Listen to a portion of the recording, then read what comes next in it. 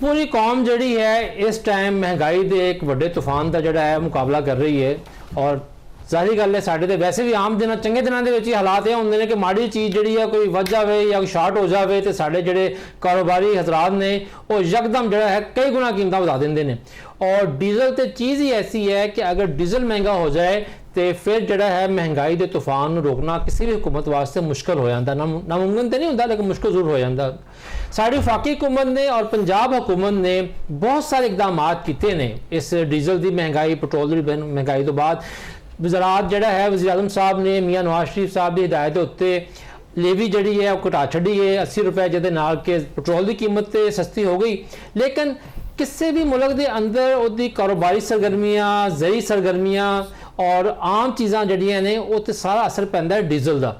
हुण जिहड़ी साडी पंजाब की वज़ीर आला साहिबा ने मरीम नवाज साहिबा उन्होंने कुछ ऐलानात किए ने।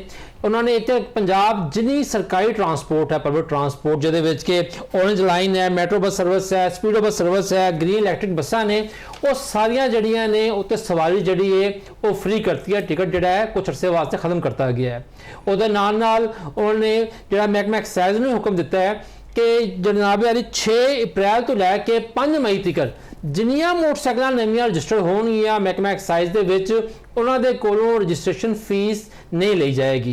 ये भी नोटिफिकेशन जिहड़ा है जारी हो गया है। उस तो अलावा उन्होंने काश्तकारां नूं फी एकड़ जिहड़ा है 1500 रुपए जी सबसिडी देने का भी ऐलान किया है। वफाकी हुकूमत भी नाल है उन्होंने। उस तो अलावा डीजल के उत्ते भी 100 रुपया जिहड़ा फी लीटर फी एकड़ के हिसाब जो फार्मूला बनेगा हतमी तौर पर मिलेगा। और जिहड़े मोटरसाइकिल सवार ने उन्होंने भी 20 लीटर तक फी जिहड़ा लीटर है 100 रुपये सबसिडी दी जाएगी। ये तमाम इकदाम ने जिहड़े कि वफाकी और सूबाई हुकूमत मिलकर कर रही ने। खास तौर पर जो गुड ट्रांसपोर्ट है उन्होंने वास्ते पैकेज आ रहा है। गालबन जो सुनने आ रही है कि जी रजिस्टर्ड गुड्स ट्रांसपोर्टर ने उन्होंने 70,000 रुपये जबकि जी वड्डी गड्डी है जो ट्रॉलर वगैरह है उन्होंने जनाब 80,000 रुपये और जी प्राइवेट जी बसा चलदियां ने सवारियां वालियां उन्होंने 1 लाख रुपया महीने की सबसिडी मिली जाएगी। हुण ये तमाम इकदाम अपनी जगह पर ने लेकिन पंजाब आम आदमी पुछण ते मजबूर है कि क्या पंजाब के हर शहर के विच सरकारी ट्रांसपोर्ट अवेलेबल है। क्या हर रजिस्टर्ड मोटरसाइकिल जिहड़ी है वो की क्राइटेरिया होएगा कि उन्होंने पेट्रोल सबसिडी मिलेगी क्योंकि साडे जिहड़े मोटरसाइकिल सवार ने उनकी अक्सरीयत जिहड़ी इन्नी पढ़ी लिखी नहीं है वो ऐप किद्दां इस्तेमाल करनगे। और सब तो वड्डी गल इस मुश्किल वक्त दे विच साडियां सियासी जमातां क्या आम आदमी की खातर अपने तमाम इख्तलाफात एक पासे रख के इकट्ठे होकर इस मुश्किल का मुकाबला करनगियां। इत्थे गल करांगे अज दे प्रोग्राम दे विच मेरे नाल स्टूडियो मौजूद ने मुस्लिम लीग नून के जनाब अली मरकजी रहनुमा और रुकने पंजाब असैम्बली मोहतरमा उज़मा कारदार साहिबा। उन्होंने नाल मौजूद ने तहरीक इंसाफ के रुकने पंजाब असैम्बली और मरकजी रहनुमा जनाब एजाज शफी साहब। तो उन्होंने नाल मौजूद ने जनाब पीपल्स पार्टी के जनाब सीनियर नायब सदर चौधरी रियाज साहब। तमाम मेहमानों अस्सलाम वालेकुम। तो उज़मा कारदार साहब तुहाडे शुरू करते हैं कि जिहड़ा हुकूमत ने एक पैकेज जिहड़ा ऐलान किया है ये थोड़ी तफसीलात साढ़े कोल भी हैं लेकिन तुसीं अगर ज़्यादा तफसीलात साढ़े वेखण वाले दस सको तो। जी बिस्मिल्लाहिर्रहमानिर्रहीम बहुत शुक्रिया तुसी मैनू इनवाइट किया। तुसी इंट्रो विच बहुत तफसील दे नाल सारे जिन्ने भी इकदामात उठा रही है फेडरल हुकूमत ते सूबाई हुकूमत बड़ी चंगे तरीके नाल तुसी वो नाजरीन नू सारा उहदा दस्सिया है। गल है सारी कि इस वेले पाकिस्तान की जिहड़ियां पॉलिसियां ने वो सब तो कामयाब जा रही ने। अगर तुसी नज़र मारो अपने हमसाए भारत से उत्थे अफरा तफरी का आलम है। वो लम्मी लम्मी लाइनां लग गई ने ना उन्होंने कोल पेट्रोल है लोगों को देने लई ना LPG हैगी है। लोग बड़े शहर छड़ के अपने चूंकि कारोबार बंद हो गए हैं तो गाँव वगैरह से वापस जा रहे हैं। लेकिन ऐसी सूरत हाल तुहानू पाकिस्तान नहीं नज़र आएगी इसलिए क्योंकि हुकूमत ने तहैया किया होया है कि जिहड़ा बोझ है वो सिर्फ आवाम ते नहीं पड़ना। इस वास्ते तुसी वेख्या है कि जिहड़ी दूजी समरी आई सी ਉਹ ਜ਼ਿਆਦਾ ਕਰਨ ਦੀ ਬਜਾਏ ਪੈਟਰੋਲ ਦੀ ਕੀਮਤ ਵਿੱਚ ਕਮੀ ਕੀਤੀ ਗਈ ਹੈ। ਤੇ ਦੂਜੇ ਜਿਹੜਾ ਤੁਸੀਂ ਵੇਖ ਰਹੇ ਹੋ ਕਿ तमाम सूबाई हुकूमतां नूं किया गया है कि तुसी अपने अपने इखराजात बिल्कुल कम करो ते ਉਹ ਜਿਹੜੀ बचत हुंदी है वो आवाम दे लई इस्तेमाल करो। तो ਇਹਦੇ ਵਿੱਚ मैं ਜ਼ਰੂਰ ਕਵਾਂਗੀ ਕਿ ਇਹ ਮੇਰੇ ਭਰਾ ਵੀ ਹੈਗੇ ਨੇ ਮੇਰੇ ਨਾਲ ਪੰਜਾਬ ਅਸੈਂਬਲੀ ਵਿੱਚ, ਅਸੀਂ ਸਾਰਿਆਂ ਨੇ 25% ਆਪਣੀ ਤਨਖਾਹਾਂ ਜਿਹੜੀਆਂ ਨੇ ਉਹ ਬਿਲਕੁਲ ਜਿਹੜਾ ਹੈ ਉਹ ਵਕਫ ਕਰ ਦਿੱਤੀਆਂ ਨੇ, ਕਟੌਤੀ ਉਹਦੀ ਬਿਲਕੁਲ ਹੋ ਰਹੀ ਹੈ। कोई अलाउंसेस नहीं मिल रहे किसी किस्म के ਜਿਹੜਾ डिपार्टमेंट ने जिन्ने भी ब्यूरोक्रेसी हैगी है जिन्हें 40 के करीब डिपार्टमेंट ने उन्हों दी गाड़ियां जिहड़ियां हैं 50% तो ज़्यादा वो बंद करवा दित्तियां गईयां ने, पेट्रोल भी 50% तो कम दिता जा रहा है। तो जे मैक्सिमम जिहड़ा खर्चा हैगा है इस वेले हुकूमत दा वो कम करके तो जिहड़ी भी बचत हो रही है वो आवाम लई, जिस तरह फ्री पब्लिक ट्रांसपोर्ट तुहानूं नज़र आ रही है, किसानां दे कोल पिछे खड़ा है हुकूमत खड़ी है जिहड़ी 1500 दी तुसीं गल कीती है।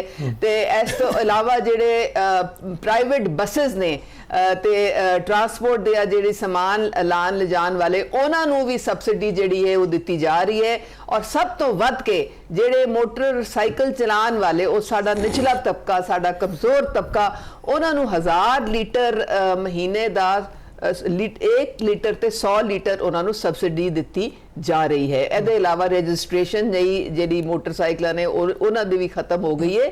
ਤੇ ਮੈਕਸਿਮਮ ਜਿਹੜੀ ਹਕੂਮਤ ਰਿਲੀਫ ਦੇ ਸਕਦੀ ਹੈ ਆਪਣੇ ਲੋਕਾਂ ਨੂੰ, ਆਪਣੇ ਕਮਜ਼ੋਰ ਤਬਕਾਤ ਨੂੰ, ਉਹ ਦੇ ਰਹੀ ਹੈ। ਅਸ਼ਰਾਫੀਆਂ ਨੂੰ ਬਹੁਤੀ ਕੁਰਬਾਨੀ ਦੇਣੀ ਪੈਗੀ ਤੇ ਉਹ ਵੀ ਦੇ ਵੀ ਰਹੇ ਨੇ। ਜਿਹੜੀ ਕਾਬੀਨਾ ਨੇ ਉਹ 2 ਮਹੀਨੇ ਬਿਲਕੁਲ ਆਪਣੀ ਤਨਖਾਹਾਂ ਵੀ ਨਹੀਂ ਲੈਣਗੇ ਔਰ ਜਿਹੜੀ ਉਹਨੇ ਜਿਹੜਾ ਵੀ ਪ੍ਰੋਟੋਕੋਲ ਹੈ ਉਹ ਸਾਰਾ ਬੰਦ ਕਰ ਦਿੱਤਾ ਗਿਆ ਹੈ। ਜਿਹਨੇ ਕੋਈ इवेंट करना है या कोई सफर करना है या जाना है या आना है, वो सारी चीज़ां ਜਿਹੜੀਆਂ ਨੇ ਉਸ ਤੇ ਬੰਦਿਸ਼ ਲੱਗ ਚੁੱਕੀ ਹੈ। अच्छा एजाज साहब, जिस तरह के उज़मा कारदा साहब फरमा रही ने जी पंजाब हुकूमत ਜਿਹੜੀ ਹੈ इकदामात कर रही है, ਤੁਸੀਂ ਅੱਜ ਵੀ ਜਿਹੜੀ ਹੈ ਇੱਕ ਪ੍ਰੈਸ ਕਾਨਫਰੰਸ ਕੀਤੀ ਹੈ इसी महंगाई का तूफान जो आया ज़रात के हवाले से, लेकिन बतौर PTI रहनुमा और बतौर एक पार्लीमेंटेरियन तुसी की समझ रहे हो, क्या वाकई सूबाई हुकूमत ने कफायत शारी जिस मुहिम का ऐलान किया, इकदामात का ऐलान किया, क्या वो अमल दरामद हो रहा है? जी बहुत शुक्रिया जी। एक तो मैं जनरल सैकटरी किसान विंग पाकिस्तान तहरीक इंसाफ नूं भी रिप्रजेंट कर रहा जी। जी जी। तो दूसरा जी तुहाडा क्वेश्चन है ना जी, ये बिल्कुल एक घोरक धंधा है। पूरी दुनिया च जंग है, सिर्फ पाकिस्तान च जंग नहीं। और माहौल तो इत्थे इस तरह क्रिएट कर दिता गया कि सिर्फ जंग जिहड़ी है पाकिस्तान दे अंदर ही है। वो जिन्नी का ट्रांसपोर्ट या जिहड़ियां तुसीं गल्लां कीतियां ने ना, इहनूं अगर 1 बाय 1 किया जाए, देखो इस तरह के हालात कोविड च आए सन जदों पूरी दुनिया कोरोना वायरस आया सीगा जी, लॉकडाउन हो गया सीगा, उदों भी तुसीं देखिया होना कि तकरीबन $115-120 फी बैरल ते पेट्रोल दी कीमतां चली गई इंटरनेशनल मार्केट। लेकिन उस वक्त के वज़ीर आला ने वो काम किया सी कि उन्हें किसी किस्म का टैक्स, किसी किस्म की लेवी नहीं लाई सी। उदों पेट्रोल ते डीजल दी कीमतां 140-150 रुपए लीटर सन। अज भी उही जिहड़ा अज रिकॉर्ड चैक कर लो, इस सारा रिकॉर्ड है कि ग्लोबल विलेज है, अज भी वो कीमतां जिहड़ियां ने 110-15 रुपए डॉलर फी बैरियल है। कोई नहीं है कि 300 चलियां गई ने या 400 चलियां गई। हाँ होया की है कि नलैक नहल हुकूमत के जिहड़े अपने अखराजात ने उन्होंने नहीं कंट्रोल करना, उन्हों दियां याशियां उस तरह ही चलनियां, वो सारा वो करदियां होया हुण बड़ी सीधी जी गल है। नाल साडा दुश्मन मुल्क है, बेशक हमसाया मुल्क है, उन्होंने अवाम ते बोझ नहीं पाया, उन्होंने सारा अपना हुकूमत ते बोझ पाया।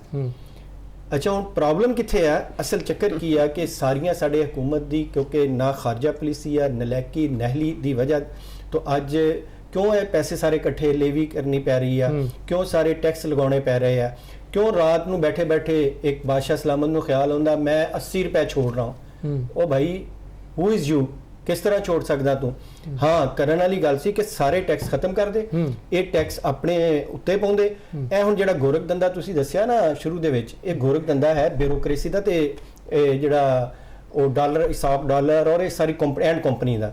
ये एंड कंपनी इस तरह है ਕਿ ਤੁਸੀਂ ਜਿਸ ਦਿਨ 1 ਮਹੀਨੇ ਬਾਅਦ ਕੀ ਹੋਣਾ ਨੋਟ ਕਰ ਲਓ, ਬੇਸ਼ੱਕ ਮੈਂ ਔਨ 에ਅਰ ਗੱਲ ਕਰ ਰਿਹਾ, ਇਹਨਾਂ ਨੇ ਕਹਿਣਾ ਜੀ 50 ਅਰਬ ਰੁਪਏ ਦੀ ਅਸੀਂ ਸਬਸਿਡੀ ਦੇ ਦਿੱਤੀ ਕਿਸਾਨਾਂ ਨੂੰ, 100 ਅਰਬ ਦੇ ਦਿੱਤੀ ਟਰਾਂਸਪੋਰਟ ਨੂੰ, 30 ਅਰਬ ਦੇ ਦਿੱਤੀ ਮੋਟਰਸਾਈਕਲ ਵਾਲਿਆਂ ਨੂੰ, 20 ਅਰਬ ਦੇ ਦਿੱਤੀ ਫਲਾਣਿਆਂ ਨੂੰ।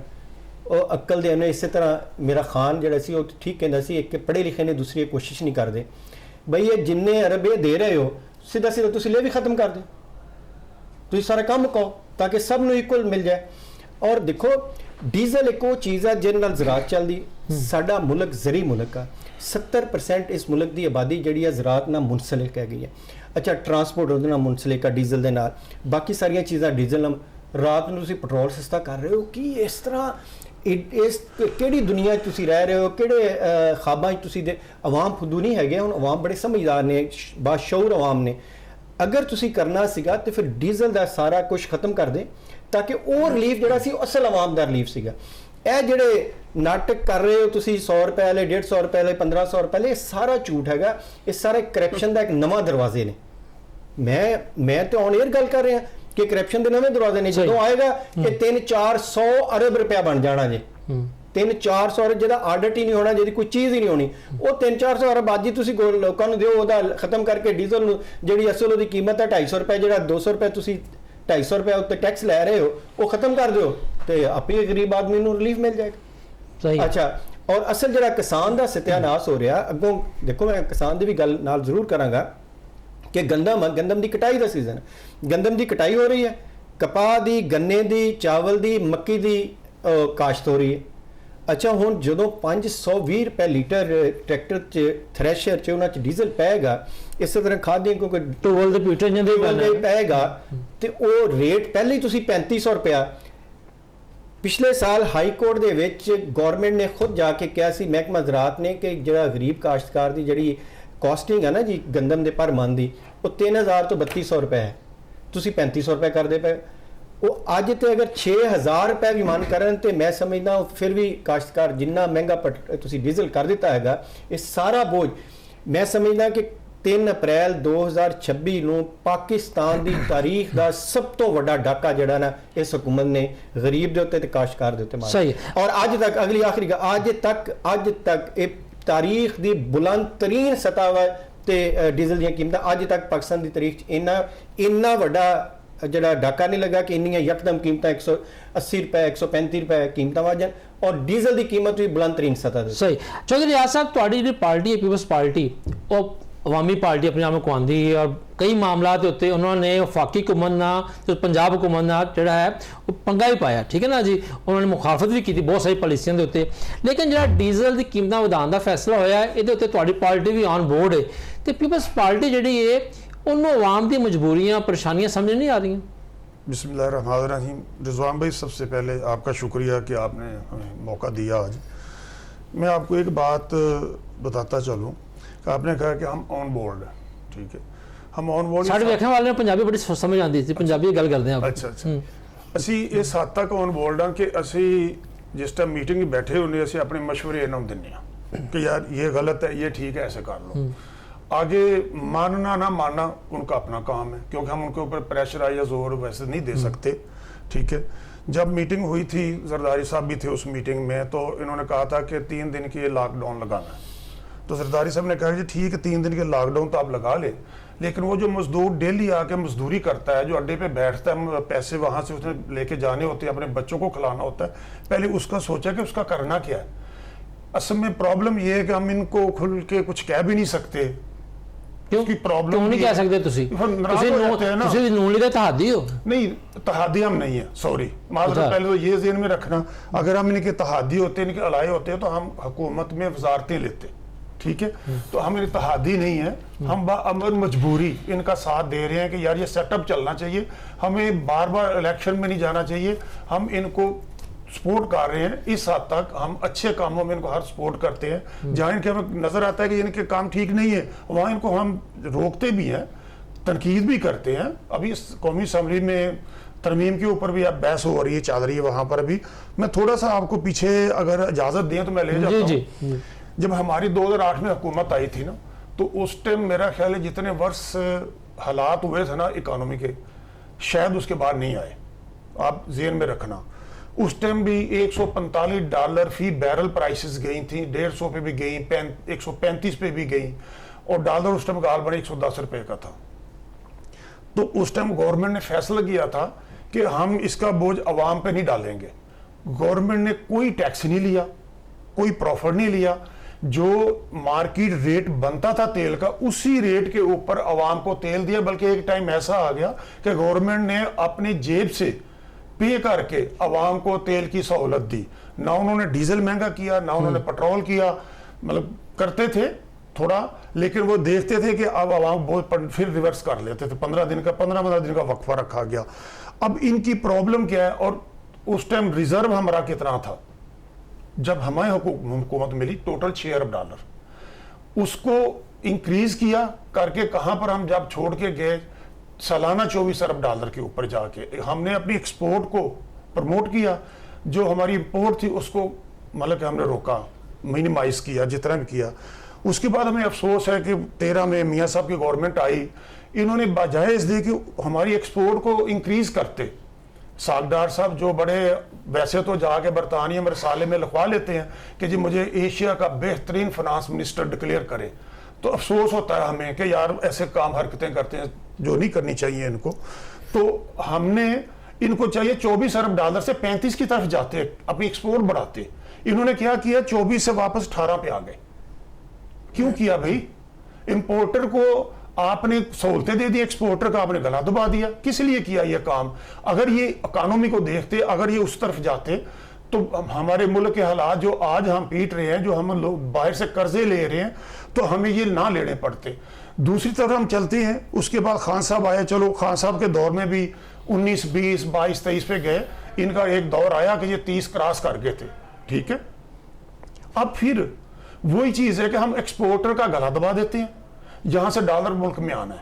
जो इंपोर्टर है, जहां से डॉलर बाहर जाना है, पता नहीं, समझ नहीं आती कि उनको हम छूट दे देते हैं।